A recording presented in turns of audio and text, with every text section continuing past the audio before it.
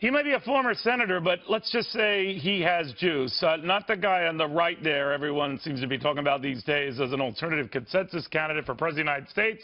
I'm talking about Scott Brown, who has been having these backyard barbecues, which is getting hard to do these days. It's getting very, very cold. In Hampshire, it's like 8 degrees or something like that. But anyway, they show up in throngs when Brown is holding one of these events. And he just held one for Marco Rubio, the former Massachusetts senator, with us right now. Senator, good to have you. How many showed up for this event? Over 500. Are you kidding? Marco. Yeah, it was unbelievable. We had it inside in a barn. And we started heating it around. I was there on 10 o'clock. Put on the heaters and brought in heat, I should say. But yeah, Marco was over 500, and they were literally packed in like sardines. And I'll be honest with you, they loved him. He took the time, answered every question thoroughly, thoughtfully, has a wide range of knowledge. We talked about ISIS, talked about student debt, talked about getting kids into vocational school, talked about, obviously, the debt and deficit, talked about Israel. It was a wide range, and Common Core. So it was great. All right, well, then you've already lied to me, Scott, because this was not a backyard barbecue. You guys got all scaredy-cat because it got a little cold, and you went inside, didn't you? No, it's in someone's backyard. It still counts, okay? Now, with that crowd, 500 or so, I think you said at the outset, how does that rank with some of the others?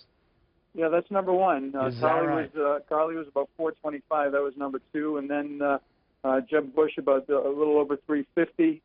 And then probably Kasich, which was about almost 300, then Christie. So, and it's interesting. That's basically, I think, aside from Kasich, how kind of the polling is going here in New Hampshire. With Christie really putting on some steam because he got the union leader endorsement, which is a big deal. Is it a big deal, or is it as a big deal as it used to be? I mean, what do you think? Hard to say because, with the advent of the Internet and different, social media sources. But, Joe McQuaid still has a lot of juice, and people, especially a lot of the old-timers, they really pay attention to him. And Chris has done almost 40 town halls, really investing, I think, everything here to have a good showing and really be, top three.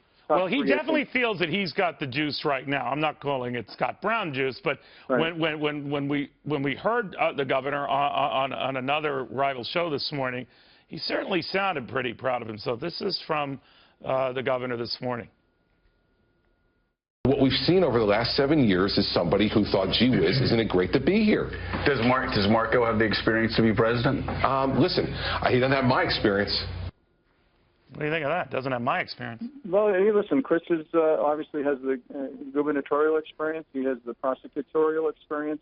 He's been tested. He's run in a blue state and done well and has battled. There's no doubt about it. He is a battler. You know it. Well, who do you hate? Of those who came to your house, who do you hate, or they might have stole stuff from your house or backyard? Yeah, I don't hate anybody, Neil. I tell you, every single one of them will make a better president than Hillary Clinton or Bernie Sanders or O'Malley. That's for darn sure. All right, but you know the rap. Did Donald Trump ever do one of these things with you? We've been in communication with Donald, and, we're trying to, as everything, it's the art of the deal. We're negotiating. And we'll see who the better negotiator is. He has certain parameters, and so do I. I try to treat everyone the same. Everyone gets the same treatment, period. Well, what do you mean parameters? Does he want Chateaubriand instead of, White Hots or what? No, we don't know. Hamburgers and sausage versus hot dogs. I'm kidding. All right, thank you, my friend. Very good. I tell you got the juice, young man. Thanks, Neil. Scott Brown, the former senator of Massachusetts, took Ted Kennedy's seat. I can never get over that. What a huge deal that was. How historic that was.